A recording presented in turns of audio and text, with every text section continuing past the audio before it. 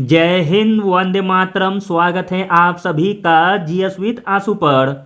दोस्तों, आपके एग्जाम से पहले 50 क्वेश्चन का स्मार्ट और सुपर फास्ट रिवीजन यानी कि क्विक रिवीजन हम 15 मिनट के अंदर ऐसे 50 प्रश्नों को कर लेते हैं तो एग्जाम क्लियर हो जाएगा। चलिए स्टार्ट करते हैं। 50 क्वेश्चन आप सभी भाई और बहनों के नाम। पहला प्रश्न है, निम्नलिखित में से किस क्षेत्र में चावल उत्पादन के प्राचीनतम साक्ष्य मिले हैं? चावल उत्पादन के प्राचीनतम साक्ष्य मिले हैं मध्यगंगा घाटी में। अगला प्रश्न है, अयोध्या का उल्लेख सर्वप्रथम कहाँ मिलता है? अयोध्या का सर्वप्रथम उल्लेख मिलता है अथर्ववेद में।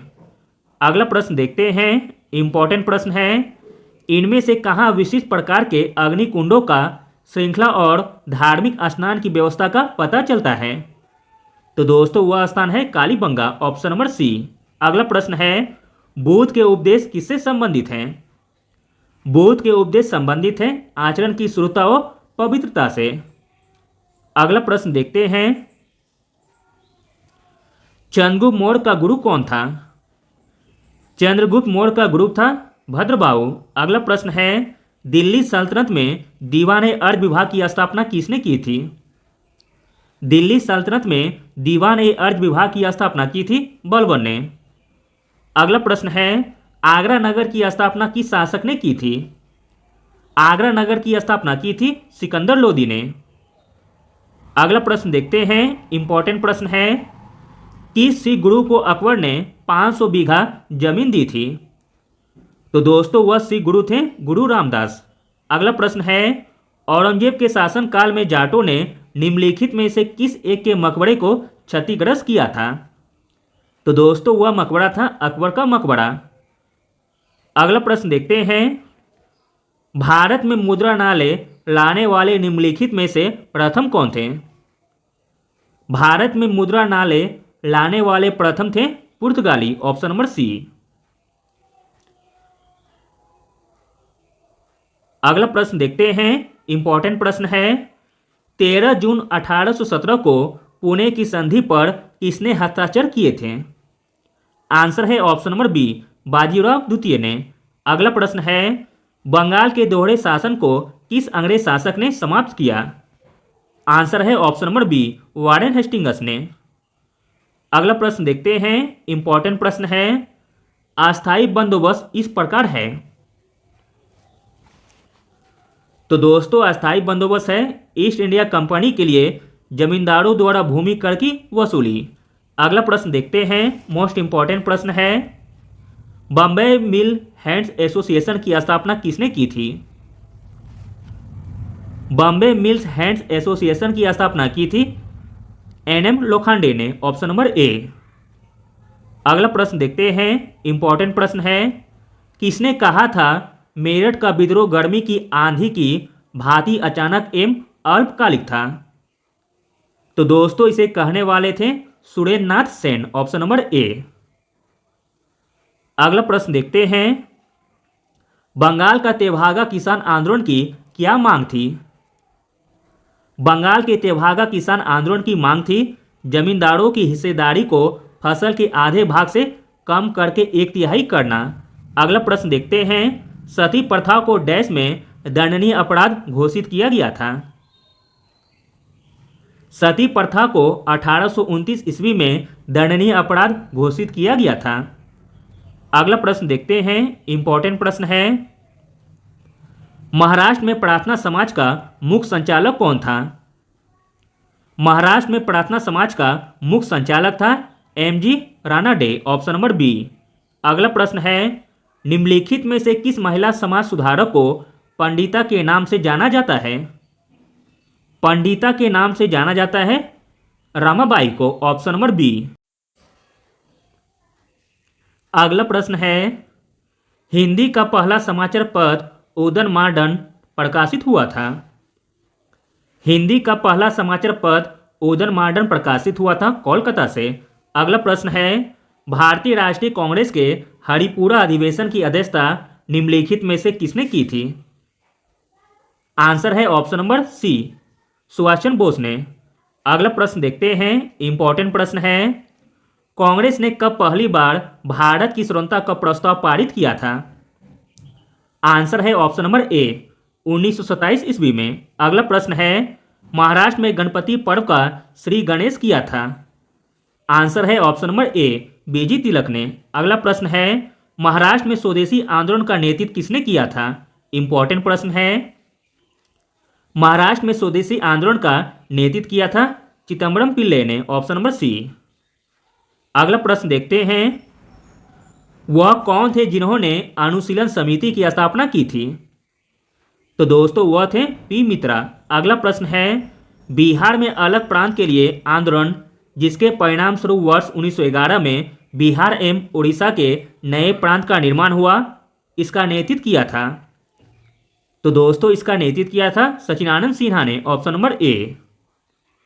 अगला प्रश्न देखते हैं इंपॉर्टेंट प्रश्न है जलियांवाला बाग में किस अंग्रेज अफसर ने गोलियां चलवाई थी? तो दोस्तों वह अंग्रेज अफसर थे जनरल डायर। अगला है सूर्योदय शब्द का प्रयोग सर्वप्रथम किसने किया था? सूर्योदय शब्द का प्रयोग सर्वप्रथम किया था महात्मा गांधी ने। अगला प्रश्न है भारत सेवक समाज की स्थापना किसने की थी? भारत सेवक समाज की स्थापना की थी गोपाल कृष्ण गोखले ने। अगला प्रश्न देखते हैं इंपॉर्टेंट प्रश्न है खिलाफत के प्रश्न पर असहयोग आंदोलन कब शुरू हुआ? आंसर है ऑप्शन नंबर बी 1920 ईस्वी में। अगला प्रश्न देखते हैं इंपॉर्टेंट प्रश्न है कानपुर में 1925 में स्थापित कम्युनिस्ट पार्टी ऑफ इंडिया का अधिवेशन किसकी अध्यक्षता में संपन्न हुआ था? आंसर है ऑप्शन नंबर डी सिगारवेलू चेटियार के नेतृत्व में। Option number D. अगला प्रश्न है 1922 के शराबबंदी अभियान का नेतृत्व किसने किया था? 1922 के शराबबंदी अभियान का नेतृत्व किया था वल्लभ भाई पटेल ने। और यह क्वेश्चन बीपीएससी में पूछा गया है पहले। अगला प्रश्न देखते हैं निम्नलिखित में से कौन भारत छोड़ो आंदोलन से संबंधित नहीं था? भारत छोड़ो आंदोलन से संबंधित नहीं था Mohammad Ali Jinnah. Option number D. जबकि महात्मा गांधी, जयप्रकाश नारायण, अरुणा आसफ अली यह तीनों भारत छोड़ो आंदोलन से संबंधित थे। अगला प्रश्न है 1946 में बनी अंतिम सरकार में डॉक्टर राजेंद्र प्रसाद के पास कौन सा विभाग था? कौन सा विभाग था? तो खाद्य तथा कृषि विभाग। Option number C. अगला प्रश्न देखते हैं भारत का कौन सा राज्य अधिकतम राज्य सीमाओं को छूता है? तो दोस्तों वह राज्य है उत्तर प्रदेश। अगला प्रश्न है निम्नलिखित में से कौन सा भारत में शीत मरुस्थल का सही अवस्थिति को अभिव्यक्त करता है? आंसर है ऑप्शन नंबर ए काराकोरम श्रेणी के उत्तर पूर्व में। अगला प्रश्न देखते हैं इंपॉर्टेंट प्रश्न है मणिपुर का अधिकांश धरातल है? मणिपुर का अधिकांश धरातल है पर्वतीय। अगला प्रश्न है भाबर उदाहरण है? भाबर उदाहरण है गिरिपद मैदान का। अगला प्रश्न है भारत की निम्नलिखित नदियों में कौन पश्चिम घाट से नहीं निकलती है? इंपॉर्टेंट प्रश्न है पश्चिमी घाट से नहीं निकलती है वह नदी है ताप्ती नदी। Option number B. जबकि गोदावरी, कावेरी तथा कबाम यह तीनों नदियां पश्चिमी घाट से निकलती है। अगला प्रश्न देखते हैं आसान सा प्रश्न है वेबनाड झील है? तो दोस्तों वेबनाड झील है केरल में। अगला प्रश्न देखते हैं भारत के किस भाग में सर्वाधिक दैनिक तापांतर पाया जाता है? भारत के जिस भाग में सर्वाधिक दैनिक तापांतर पाया जाता है वह भाग है राजस्थान के मरुस्थलीय क्षेत्रों में। अगला प्रश्न देखते हैं चंद्रग्रहण होता है तब? चंद्रग्रहण होता है जब सूर्य और चंद्रमा के बीच पृथ्वी आ जाती है। अगला प्रश्न देखते हैं आइसोगोनिक रेखाएं हैं? इंपॉर्टेंट प्रश्न है आइसोगोनिक रेखाएं हैं समान चुंबकीय झुकाव वाली रेखाएं।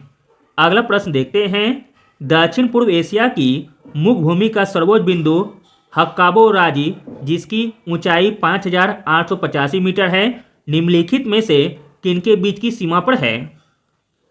तो दोस्तों यह है चीन एवं म्यांमार की सीमा पर। अगला प्रश्न देखते हैं निम्नलिखित नगरों में से कौन सुदूर उत्तर में अवस्थित है? तो दोस्तों वह नगर है रोम, ऑप्शन नंबर डी। अगला प्रश्न है निम्नलिखित में से कौन सा भूगर्भिक चक्र का भाग है? भूगर्भिक चक्र का भाग है जलीय चक्र। अगला प्रश्न है यूरोप की एक पर्वत श्रृंखला है। यूरोप की एक पर्वत श्रृंखला है आल्प्स। अगला प्रश्न देखते हैं, इंपॉर्टेंट प्रश्न है अग्निवलय निम्नलिखित में से किसके वितरण से संबंधित है? अग्निविलय संबंधित है ज्वालामुखी से। अगला प्रश्न है निम्नलिखित में से कौन गर्म धारा है? इसमें कौन सा गर्म धारा है आपको बताना है। तो दोस्तों इसमें गर्म धारा हो जाएगा ब्राजील धारा, जो कि गर्म धारा है। अगला और अंतिम प्रश्न देखते हैं, इंपॉर्टेंट प्रश्न है निम्न में से किस अधिनियम के अंतर्गत द्वैध शासन व्यवस्था लागू की गई? द्वैध शासन व्यवस्था लागू की गई थी, वह अधिनियम था भारत सरकार अधिनियम 1919। Thank you.